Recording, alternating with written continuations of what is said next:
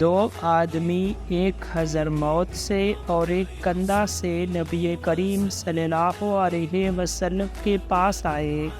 हज़रमी ने अर्ज़ किया, या रसूलल्लाह सल्लल्लाहु अलैहि वसल्लम, इस कंधी ने मेरी ज़मीन पर कब्ज़ा कर लिया है।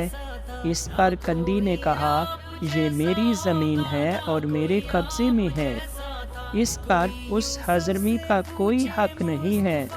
नबी करीम सल्लल्लाहु अलैहि वसल्लम ने हज़रमी से पूछा, तुम्हारे पास कोई गवाह है? उसने अर्ज़ किया, नहीं।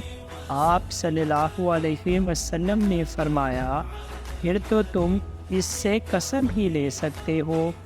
उस आदमी ने अर्ज़ की, या रसूलल्लाह सल्लल्लाहु अलैहि वसल्लम, वो फाजिर आदमी है, उसे इसकी परवाह नहीं कि वो किस